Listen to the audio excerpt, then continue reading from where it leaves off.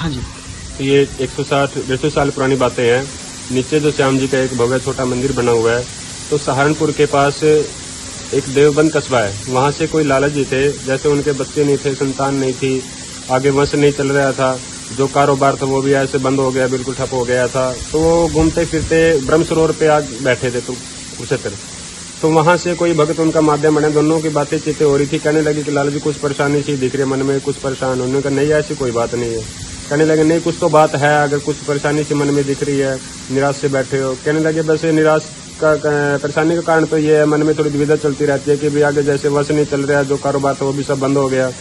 तो उन्होंने कहा कि यहीं बर्बरी के शीश का दान दिया था, अपने कैपिटल कुरुक्षेत्र में ही सिसला धाम है जहाँ पे शीश का दान हुआ था। तो आप वहाँ जाइए और अवश्य ही आपकी मनोकामना पूरी होगी, बाबा आपकी फरियाद जरूर सुनेंगे। तो वो भक्त पूछते पूछते यहाँ तक आया, यहाँ आके बाबा श्याम के दर्शन किए, मन्नत मांगी। श्याम जी की ऐसी कृपा हुई कि उस समय उनकी उम्र भी 55-60 साल थी। तो बाबा की ऐसी कृपा हुई कि उनको 1-1.5 साल के अंदर ही पुत्र प्राप्त हुआ। तो बाबा की कृपा से तो उसकी जो भी उन्होंने कामना की थी, जो सुखना की थी कि मैं यहाँ कुछ लगाऊंगा या करूंगा, वो किसी कारणवश वो नहीं दे पाए और स्वर्ग सिधार गए। तो बाबा के आशीर्वाद से जो पुत्र रत्न उनको प्राप्त हुआ था, उसकी भी कोई सेवा यहाँ नहीं लगी। तीसरी पीढ़ी में आके उनका पोता था राजन को 28-30 साल की उम्र में बाबा के दर्शन, स्वप्न के दौरान बाबा के दर्शन हुए कि भाई आपके बुजुर्ग यहाँ आए थे, या कोई आपकी मन्नत बाकी या कोई सूचना की थी, जो भी स्वप्न के दौरान उनकी बातें हुई।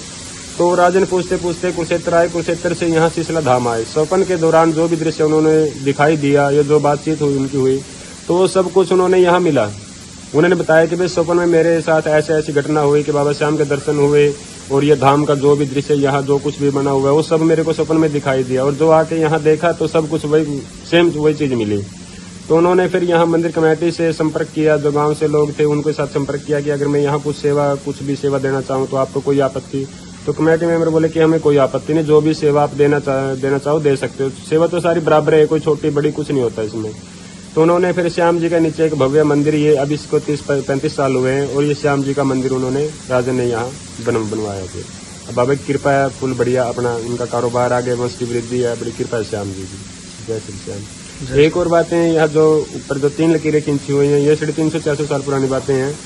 यहाँ से कोई नहर निकल रही थी उस समय, कुंडरी पिलनी ये होते हुए। तो जब उनकी नहर की निशानदेही चल रही थी तो बाबा का ये धाम बीच में आ गया। तो उनको देख के यहाँ गांव वाले इकट्ठे हो गए, कहने लगे, पूछने लगे भी आप लोग यहाँ क्या कर रहे हैं। कहने लगे कि यहाँ से नहर निकलेगी और उस नहर की निशानदेही चल रही है। तो वो कहने लगे चलो अच्छी बात है, सिंचाई का साधन हो जाएगा, नहर निकलेगी। लेकिन ये बाबा का धाम आज का नहीं है, तो बहुत प्राचीन धाम है, द्वापर कालीन धाम है, यहीं पे शीश का दान हुआ था। जो आपने निशानदेही करनी है या नहर जो निकालनी है वो दाएं बाएं थोड़ा हटा के कर लो धाम से। तो उन्होंने बहुत समझाया लेकिन वो लोग नहीं माने। उनमें जो एक मेन था उनका कर्मचारी इंजीनियर, तो यहाँ जब धाम के साथ उन्होंने छेड़खानी की तो उन्होंने दिखना ही बंद हो गया था बिल्कुल। तो रोने लगे, चिल्लाने लगे, कहने लगे कि मेरे को दिखाई नहीं दे रहा, मैं तो अंधा हो गया, ये हो गया। गांव वाले बोले कि हमने तो पहले ही समझाया था आप लोगों को, लेकिन आपने नहीं मानी।